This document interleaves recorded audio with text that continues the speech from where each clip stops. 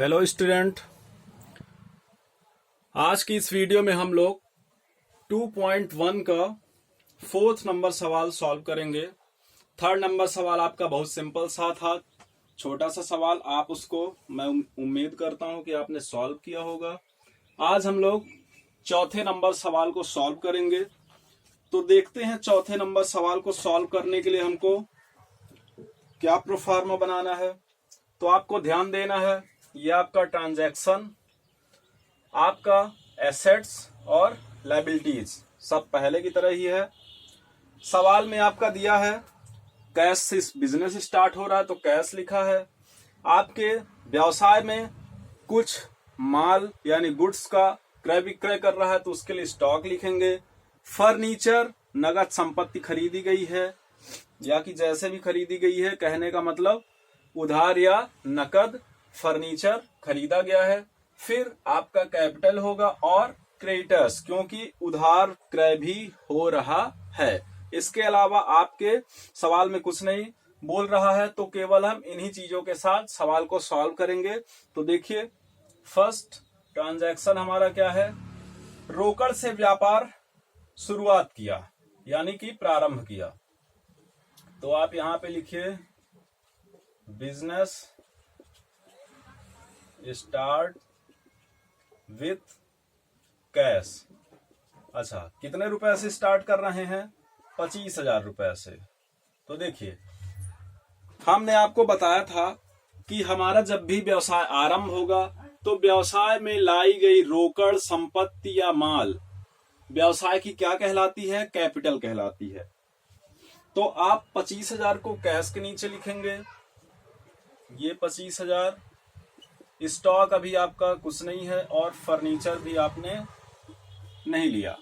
अब देखिए कैपिटल आपकी क्या होगी, वही सेम जो व्यवसाय में लाया जा रहा है, और अभी आपने किसी से भी उधार कोई भी मटेरियल नहीं लिया। ठीक, तो ये फर्स्ट स्टेटमेंट आपका ऐसे रहेगा। आपको ये देखना है कि दोनों पक्ष के अमाउंट हमेशा इक्वल हो, 25,000 25,000। सेकंड नंबर स्टेटमेंट देखिए, नकद क्रय कर रहे हैं। क्या कर रहा है? नकद क्रय। तो लिखिए कैश परचेज। इसका अमाउंट क्या है? कितने रुपए का नकद क्रय हो रहा है? 15,000 रुपए का। ठीक, अब आपको ये देखना है कि अगर हमारे पास 25,000 रुपए थे, ठीक है, और ये क्या कर रहा है, उसमें से 15,000 रुपए का गुड्स खरीद रहा है।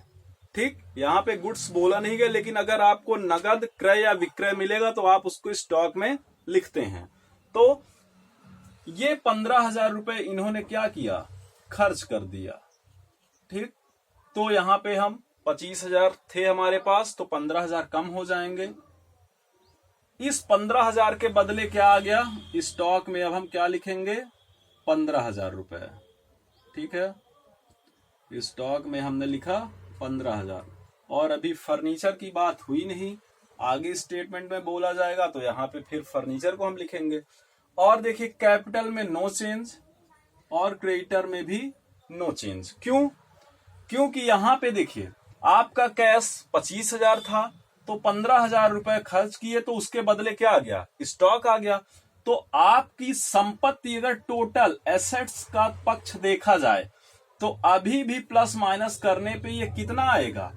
बराबर बराबर। ठीक है, कैसे बराबर? अगर उधर 25,000 है तो इस साइड भी 25,000 ही होगा। देखिए कैसे न्यू इक्वेशन बना के 25,000 में 15,000 रुपए कम हो गए तो कितना आएगा? 10,000 रुपए। आपका स्टॉक कितना आ गया? 15,000 रुपए। कैपिटल 25,000 और क्रेडिटर्स 0। देख लीजिए अभी भी हमारा 25,000 रुपए है। 10 और 15 25 एसेट साइड और 25,000 लायबिलिटी साइड। अब देखिए उधार क्रय कर रहा है, उधार क्रय कर रहा है, तो इसको देखते हैं कैसे हम लोग सॉल्व करेंगे, लिखेंगे। तो लिखिए क्रेडिट परचेज, कितने रुपए का उधार क्रय हो रहा है? 10,000 रुपए का। अब देखिए, अब आपको ये ध्यान से समझना है कि अगर उधार क्रय हो रहा है तो क्या हमारा कैश कम होगा? नहीं होगा, क्योंकि उधार हम खरीद रहे हैं, हम कैश खर्च ही नहीं कर रहे हैं। अब स्टॉक हमारा बढ़ेगा कि नहीं बढ़ेगा? हमने उधार खरीदा, कितने का माल खरीदा? 10,000 का, तो हमारा क्या होगा? स्टॉक बढ़ेगा।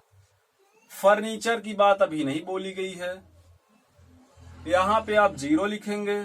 और जो क्रेडिटर में है, क्रेडिटर हमेशा क्या आपको इंडिकेट करता है कि आपने कोई भी वस्तु कैसे खरीदा है? उधार खरीदा है, या कि व्यवसाय के पास कितना ऋण है ये बताता है। तो आपने कितने का ऋण लिया, मतलब उधार कितने का सामान खरीदा? 10,000 का, तो वो आपको कहां पे आएगा? आपके क्रेडिटर्स में। ठीक, अब आप यहां पे इसको लिखिए न्यू इक्वेशन और सॉल्व कर लीजिए। कैश में देखिए आपका 10,000 ही है, उसके बाद आपका स्टॉक अब बढ़ के कितने का हो गया? 25,000 का हो गया। फर्नीचर कैपिटल आपकी 25,000 ही है, और आपके क्रेडिटर्स भी कितने के हो गए? 10,000 रुपए के। अब फोर्थ स्टेटमेंट पढ़िए आप, तो लिखा है नकद विक्रय। तो देखिए, अपना ये स्टॉक बेच रहे हैं, कितने रुपए का स्टॉक बेच रहे हैं? लागत, उसकी कॉस्ट प्राइस, यानी कितने रुपए का स्टॉक कम होगा? केवल 5,000 रुपए का। लेकिन बेच कितने में रहे हैं? 6,000 रुपए में। तो जब भी ऐसी कंडीशन होती है, अगर आपके पास कोई वस्तु है जिसका मूल्य, यानी कि उत्पादन करने पे उसका मूल्य 5,000 रुपए है, और आप उसका सेल कर रहे हैं कितने में? 6,000 रुपए में, तो आपको कितने का प्रॉफिट हुआ? 1,000 का। और ये 1,000 रुपए अगर आपको प्रॉफिट हो रहा, तो आपकी व्यापार की पूंजी बढ़ेगी कि घटेगी? तो बिल्कुल बढ़ेगी। तो ये 1,000 रुपए आप यहां पे लिखेंगे। चलिए सॉल्व करके बताता हूं। तो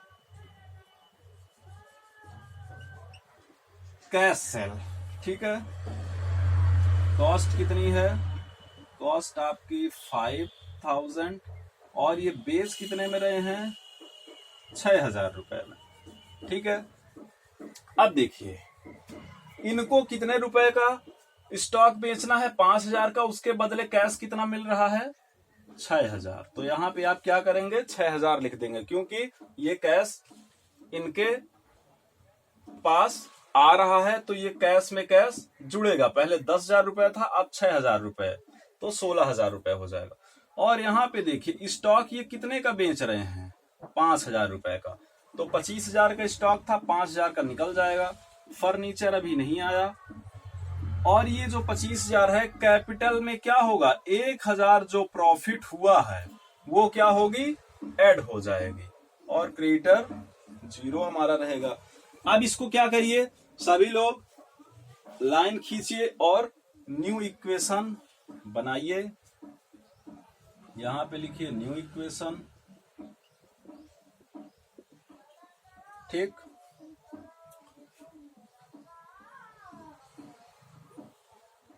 तो देखते हैं, 10 में 6 जोड़ने पे आपका 10 6 16,000, ठीक है।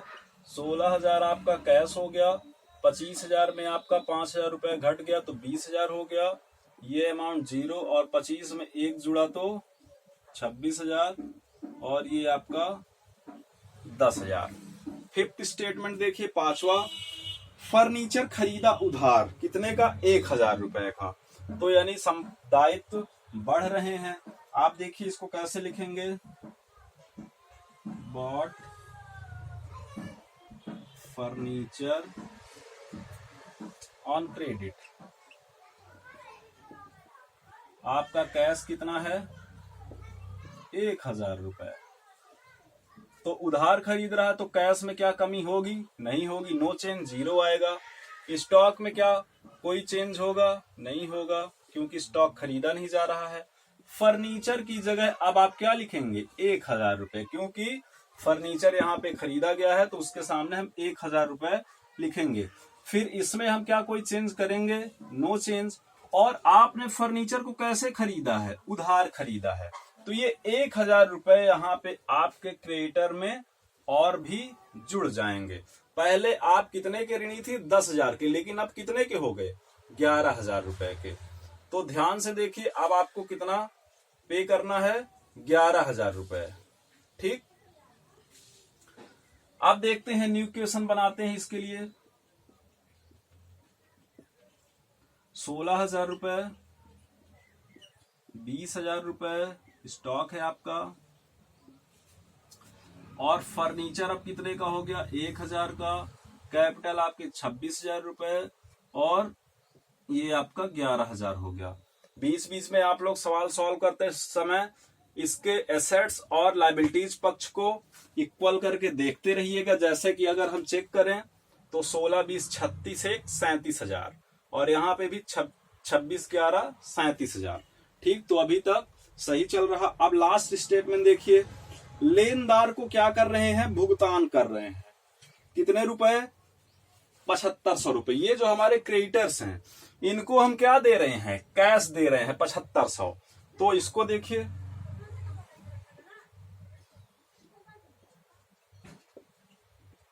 पेड टू क्रेडिटर्स, कैश है आपका 7,500 रुपए।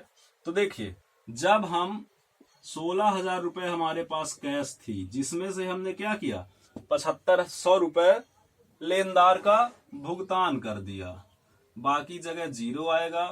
यहाँ पे आपको देखना है, यहाँ पे भी जीरो आएगा, और ये जो आपके क्रेडिटर्स थे उनके अमाउंट में भी कमी होगी, क्योंकि पहले हम 11,000 के ऋणी रहे थे। अब 7,500 देने के बाद हम देखते हैं कि हम कितने के कर्जदार रहेंगे। तो यहाँ पे देखिए, फिर से न्यू इक्वेशन बनाइए। तो 16,000 में आप 7,500 को क्या करेंगे? माइनस करेंगे। तो आप माइनस करके देखिए आपका क्या आता है। 16 में अगर आप 7 बस घटाइए तो 9,000 आएगा, और अगर 500 और घटा दीजिए तो 8,500 रुपए। तो आपका कैश कितना आया? 8,500 रुपए। आपके पास स्टॉक अभी भी 20,000 रुपए का है। आपका फर्नीचर 1,000 रुपए का, कैपिटल आपकी 26,000 रुपए की, और ये आपका 7,500 रुपए 11,000 में घटेगा। तो आपके पास बचेंगे कितने? 3,500। यानी कि क्रेडिटर आपका बच रहा है केवल 3,500 रुपए। तो अगर आप आंसर को मैच करें तो आप सभी ध्यान से देखिए, आपका आंसर आएगा कैश आपका 8,500 रुपए, स्टॉक 20,000 रुपए, और आपका फर्नीचर 1,000 रुपए। आपकी लायबिलिटीज साइड देखिए, कैपिटल 26,000 रुपए, और आपका क्रेडिटर्स 3,500 रुपए। तो सभी बच्चे ध्यान से सवाल को एक बार 2 बार सॉल्व करेंगे। उसके बाद नेक्स्ट नंबर 5 नंबर आप सवाल को सॉल्व करिए, और कोई भी प्रॉब्लम हो तो आप कमेंट बॉक्स पे कमेंट करके हमको बताएं। Thank you.